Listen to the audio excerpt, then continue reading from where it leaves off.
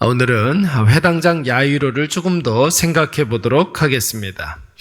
어제 우리는 절체절명의 상황을 만난 사람들을 생각해 보았습니다. 남자 대표 1명, 그리고 여자 대표 1명.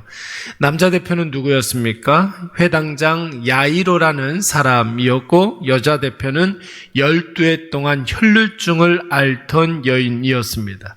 여러분, 그들의 문제를 두고 어떻게 했습니까? 그들은 예수님께 나아가서 예수 그리스도의 이름으로 승리를 경험했고 회복되는 놀라운 역사를 경험했다고 했습니다. 그래서 우리는 한 가지 영적인 공식, 한 가지를 얻을 수 있지 않았습니까? 문제를 만나면 여러분 어떻게 해야 되겠습니까? 기도의 자리로 나아가야 되겠죠. 기도하다 보면 하나님께서 말씀으로 우리의 상황을 통해서 해답을 주실 때가 있습니다. 그러면 그 말씀 붙잡고 인내하는 거예요. 전혀 근거 없이 인내하게 되면 한계에 봉착하게 됩니다. 그런데 우리가 말씀 의지해서 말씀 붙잡고 인내하게 되면 그 인내가 얼마나 단지 몰라요. 왜 그러냐면 참는 이유가 있죠. 소망하는 것이 있기 때문에 그렇습니다. 이 시기를 지나고 나면 하나님의 때가 되어서 하나님의 방법으로 하나님께서 준비하신 것을 우리에게 주실 것이다. 이게 여러분 공식이에요. 공식. 여러분, 공식을 외우는 것은 굉장히 쉽습니다. 공식 외우는 게 뭐가 그리 어렵겠습니까? 저도 학교 다닐 때 수학 공식 외우는 거 참 잘했습니다. 근데 여러분, 문제는 뭐냐면 그 공식을 문제에 적용하는 게 어려운 거예요. 공식은 다 외웠는데 어떤 문제에 어떻게 적용할지를 몰라서 여러분 수학 성적이 늘 좋지 않은 사람들이 있습니다.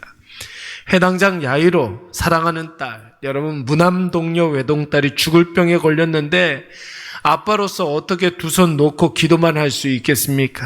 더욱이 당시에 회당장이라는 직분은 예수님께 담대히 나와서 예수님 나 좀 도와주세요 이럴 수 있는 형편에 있는 사람이 아니었습니다. 우리가 이미 살펴보았지만 예수님이 병자를 고치시고 귀신을 내쫓으시는 그런 모습들을 보면서 여러분 당시에 유대인들이 얼마나 예수님께 열광했는지 모릅니다.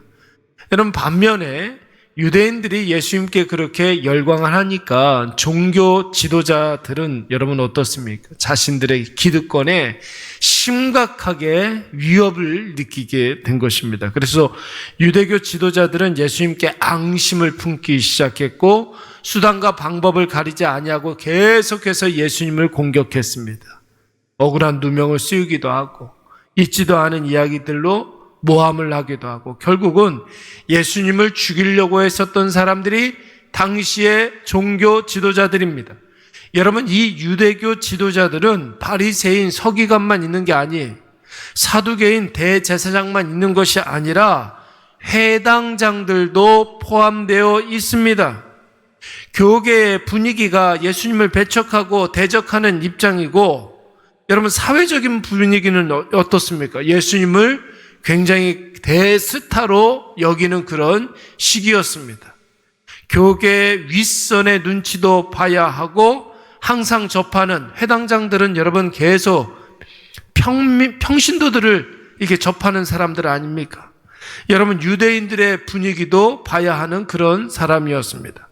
예수님께 도움을 청하면 자신의 위신도 깎이게 되는 것이고 여러분 딸이 아픈데 예수님께 도움을 청하지 않으면 그것도 안 될 것 같고 여러분 야이로의 입장에서 생각해 보면 그야말로 이러지도 못하고 저러지도 못하는 상황이죠. 여러분 얼마나 많이 고민을 했을까요? 야이로가 얼마나 계산할 게 많았겠습니까? 근데 여러분 사실 어제도 말씀을 드렸지만 회당장 야이로의 고민을 멈추게 했던 결정적인 이유가 있습니다. 야이로가 이제 예수님을 찾아가야겠다 결심을 하게 된 분명한 이유가 있었죠. 그것이 무엇입니까? 사랑하는 딸, 무남동녀, 외동딸 거반 죽게 되었다라는 거예요. 지금의 이 시기를 놓치면 죽고 나서 후회할 것이 뻔하다. 이런 판단이 들은 것입니다. 딸이 아프다는데 딸이 죽게 되었는데 아빠가 누구 눈치를 보겠으며 자기의 위신이 뭐가 그렇게 중요하겠습니까? 딸이 죽겠다는데 야이로에게는 고난이 자기 자신을 뛰어넘는 분명한 계기가 될 수 있었던 것입니다. 딸 아프지 않으면 자기 자신을 뛰어넘을 수가 없어요. 고난을 만났기 때문에 내가 새로워져야겠다. 내가 생각을 바꿔야겠다. 그동안 나의 나됨을 다 깨트려야 되겠구나. 이런 생각을 하고 있었던 거예요. 여러분, 고난이 있었기 때문에 야이로는 새로운 도전을 할 수가 있었던 것이고 자기 자신을 극복하고 뛰어넘을 수 있었던 것입니다. 무엇 때문에? 고난 때문에. 아픈 딸 놓고 의사 찾아가고 병원 찾아가는, 여러분, 그건 누구나 할 수가 있습니다. 옆집 애가 아파도 그거 내가 할 수 있어요. 내 아이가 아니어도 누구든 할 수 있는 일입니다. 좋은 약 있다 하면 어떻게 해서든지 그 약 구해서 딸아이에게 먹이는 거, 여러분, 그거 누가 가르쳐주지 않아도 아빠라면, 엄마라면 누구나 다 할 수 있는 일들이에요. 엄마이기 때문에, 아빠이기 때문에 특별한 일이 아닙니다. 그런데 예수님을 찾아가는 것은 전혀 차원이 다른 것입니다. 회당장이라는 허울을 벗어 던져야 하는 것이고 종교 지도자들에게 불이익을 감수해야 하는 일입니다. 어쩌면 이 일로 인해서 야이로는 유대교에서 출교를 당할 수도 있을 것입니다. 그러나 야이로는 그런 거 계산하지 않았습니다. 고난이 있었기 때문에 야이로는 마음을 고쳐 먹었던 거예요. 생각이 달라졌습니다. 새로운 시도를 할 수 있게 되었던 것이고 예수님께 담대히 나아가서 은혜를 구할 수 있었던 것입니다.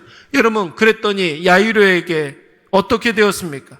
22절 말씀에 보니까 야이로를 회당장 중에 한 사람이라고 그랬어요. 회당장들 중에 한 사람. 그랬는데 야이로가 자신을 뛰어넘어서 예수님 앞에 나아가서 그 모든 문제를 해결받은 이후에는 회당장들 중에 한 사람이 아니라 회당장 중에 회당장이 된 줄로 믿습니다.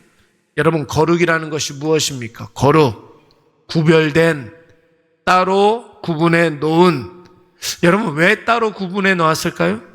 뭔가를 여러분 이렇게 섞여 있는 것을 따로 구분해 놓는다. 왜 그럴까요? 따로 구분해 놔서 잘 쓸 수 있도록. 거룩은 그래서 여러분 사명과 직결된 거예요.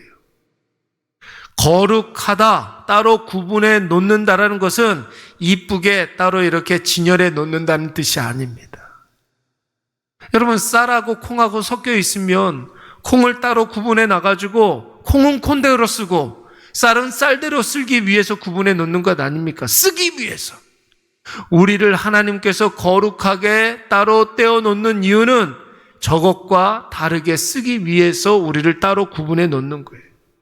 여러분, 고난과 거룩은 어떤 관계가 있습니까? 고난으로 인해서 마음이 달라지고 생각이 달라지고 삶이 달라지고 존재가 달라지니까 원래 똑같았던 것들과는 다른 존재가 되는 거예요.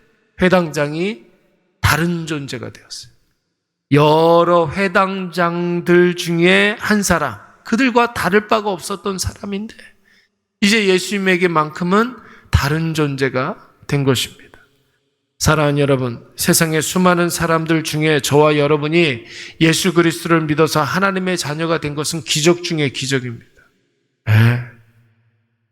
우리도 저들과 똑같이 예수 없이 유리방황하며 살 수 있었어요. 그런데 하나님께서 우리를 찾아와 주셔서 따로 떼어 구분했어요. 저들과 따로 사용하시기 위해서.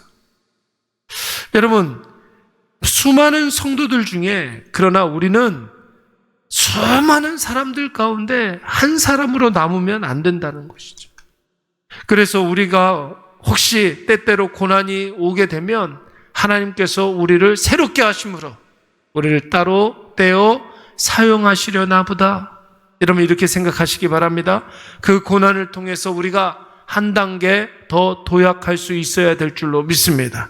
오늘 이 새벽 미명에 여러분, 우리가 기왕 기도하기 위해서 이 자리에 모였는데 여러분, 특별한 어떤 고난이 있어서 오셨습니까? 기도하세요. 기도하면 하나님께서 응답하십니다. 그 응답 가지고 여러분, 우리는 한 차원 더 업그레이드가 될 수가 있는 거예요. 빨리 해결되어야 하는 문제, 하나님이 풀어주셔야만 하는 그런 문제, 여러분 그런 문제들이 있겠죠. 여러분 그 고난 때문에 너무 힘들죠. 그 고난과 환난이 되어서 여러분 꼼짝달싹 할 수가 없을 수 있습니다. 그러나 여러분 그때 딱 세 가지만 꼭 기억하세요. 영원한 고난이 아니라는 거예요. 그 고난이. 여러분 우리가 예수님이 부르시는 그날까지 이 고난이 똑같은 고난이 계속 지속되지는 않습니다. 9월이 가고 10월이 됐잖아요. 10월도 벌써 여러분 오늘이 10일입니다. 이제 곧 있으면 11월이 됩니다. 11월이 오겠죠? 마찬가지 지금 우리가 하고 있는 고민은 11월 달에 똑같이 하고 있지 않아요. 지나갑니다. 해결되는 날이 올 줄로 믿습니다. 두 번째, 그러나 여러분 그렇다고 해서 방심하면서는 안 되는 거예요. 넋놓고 그냥 멍하니 있다 보면은 여러분 진짜 시간만 지나가지 전혀 아무것도 해결되는 것이 없을 겁니다. 내가 해야 할 일들을 감당하시기 바랍니다. 기도의 자리로 나아가시고 말씀으로 응답받으시고 내가 감당해야 할 일 묵묵히 감당하다 보면 그것이 인내가 되고 소망 중에 그 인내가 우리를 연단시키고 우리를 발전시키게 된다는 것이죠. 셋째, 그러면 오늘의 나의 고난은 반드시 우리를 새롭게 한다는 거예요. 성장하게 하고 자라게 하고. 그래서 뒤돌아서 생각해 보면 그때 그 고난이 없었으면 어쩔 뻔했나. 이런 일들이 생기게 돼. 여러분, 이런 깨달음은 오랜 세월 지나고 난 다음에 깨달아지는 게 아니에요. 불과 일주일 전에 있었던 일을 가지고도 우리가 그렇게 생각할 수 있어요. 야, 그때 그 일이 없었으면 어떻게 할 뻔했을까. 제가 나중에도 말씀을 드리겠지만 여러분 그런 일들이 얼마나 많은지 몰라요. 지금 우리가 고민하고 밤잠 설치는 그 일이 있었기 때문에 깨닫게 되는 영적인 진리가 있게 되는 줄로 믿습니다. 오늘 이것을 꼭 기억하셔서 고난이 나 자신을 뛰어넘게 하시고 나를 새롭게 하시고 업그레이드된 나를 만든다는 확신을 가지시고 오늘도 기도의 자리를 잘 지키시는 저와 여러분이 되시기를 간절히 축원합니다. 우리 이 시간 다 같이